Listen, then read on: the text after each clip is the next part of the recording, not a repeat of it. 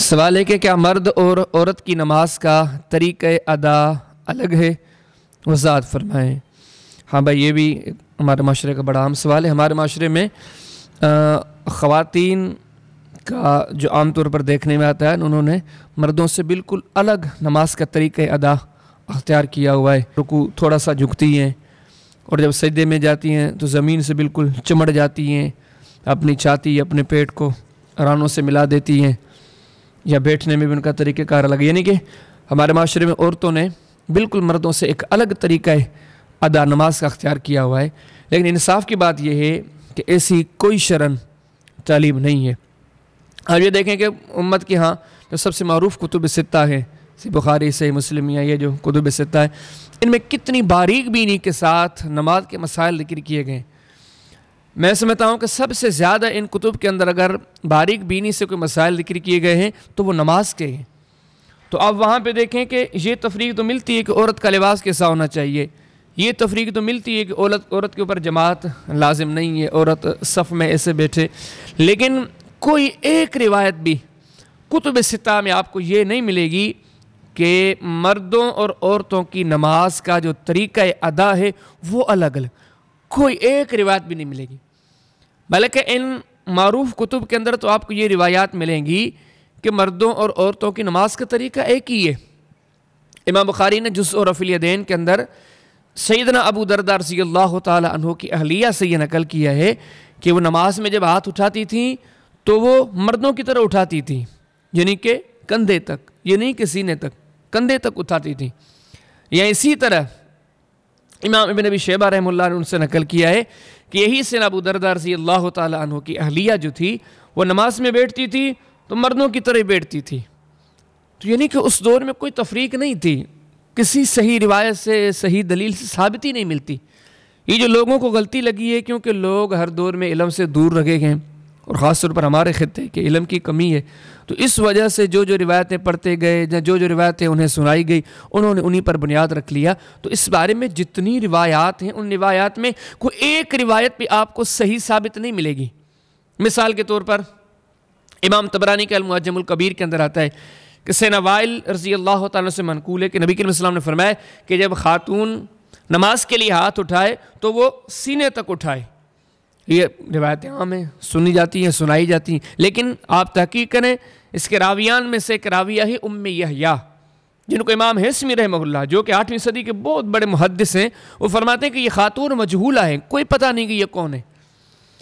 یہی بات الجوہر النقی کے اندر ابن ترکمانی، جو کہ علماء احناف کی بڑی قدامت شخصیت ہیں، وہ بھی یہی بات کہتے ہیں کہ ام یحییٰ وہ خاتون ہیں جو مجہولہ ہیں، انہیں کوئی نہیں پہچانتا۔ اور یہی بات آپ سنیں کہ معاصرین علماء میں جو علماء احناف کی بڑی قدامت شخصیت تھی، مولانا محمد امین اکاڑوی رحمۃ اللہ علیہ، انہوں نے اپنی تجلیات صفدر کے اندر بھی یہ لکھا ہے کہ یہ جو خاتون ہے ام یحییٰ، یہ مجہولہ خاتون ہے۔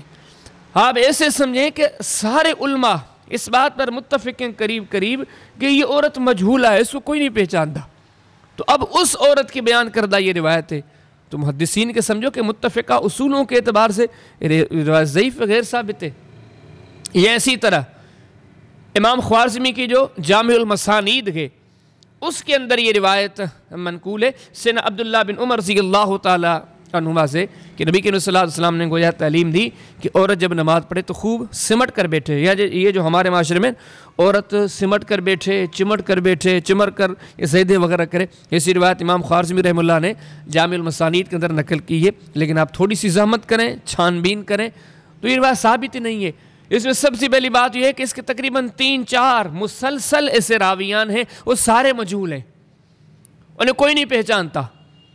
یہ روایات کے حال ہے، اور یہ خود صاحب کتاب جو امام خوارزمی کے نام سے معروف ہیں، ان کی بھی کسی نے توثیق نہیں کی، تو یہ روایت بھی ضعیف ہے۔ یہ اسی طرح اسی مفہوم کی روایت امام بہقی رحمہ اللہ السنن الکبریٰ کے اندر لائے گئے۔ بڑی عجیب بات ہے اور بڑی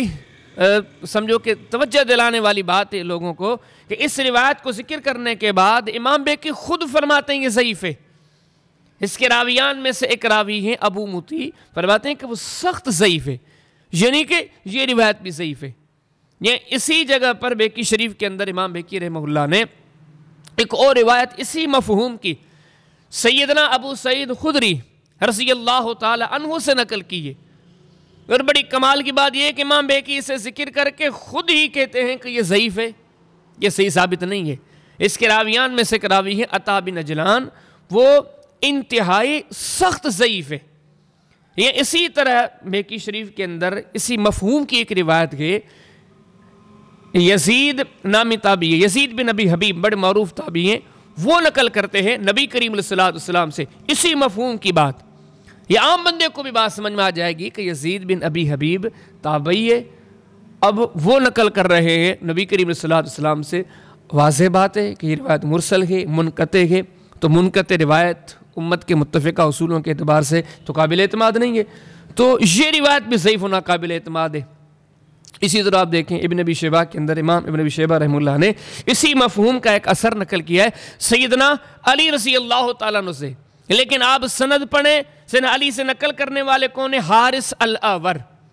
یہ ضعیف ہی نہیں، ایسا ضعیف راوی ہے کہ امام نووی رحمہ اللہ کہتے ہیں کہ اس کے ضعیف ہونے پر امت کے سارے ائمہ متفق ہیں، ایک دو نہیں، سب کا اتفاق ہے کہ یہ بندہ ناقابل اعتماد ہے، جو اس کا بیان کردہ اثر ہے۔ اسی طرح یہیں پر ابن ابی شیبہ کے اندر ایک اور اثر اسی فہم کا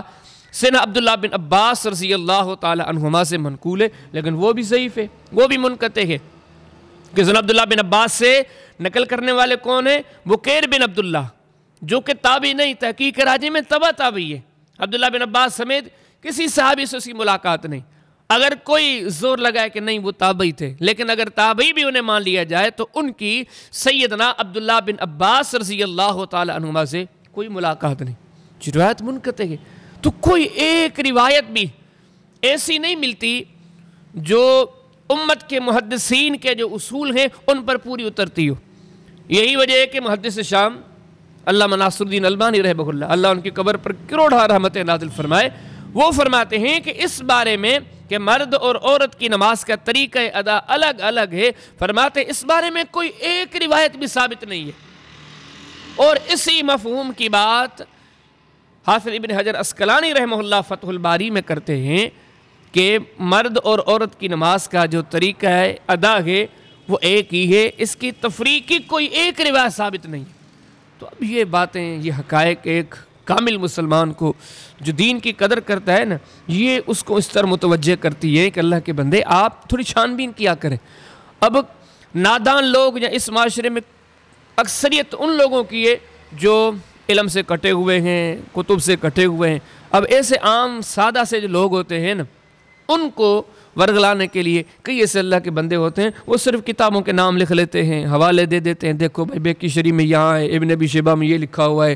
طبرانی کے اندر یہ ہے، فلاں جگہ پر یہ۔ اب جو عام سادے سے بندے ہوتے ہیں نا، وہ یہ روایتیں دیکھ کے، وہ حوالے دیکھ کے، وہ کتابوں کے نام سن کے متاثر ہو جاتے ہیں کہ یار مولوی صاحب ہے اور اتنے سارے حوالے دے رہا ہے، اتنی ساری باتیں اس نے لکھ رکھی ہیں، تو یہ چیزیں صحیح ہوگی۔ لیکن اگر چھان بین کی جائے، دنیا کے دوسرے کاموں کے لیے بھی ہم تحقیق کرتے ہیں، لیکن دین کے لیے ہم تحقیق کریں، جب بندہ تحقیق کرے گا تو بڑے سے بڑے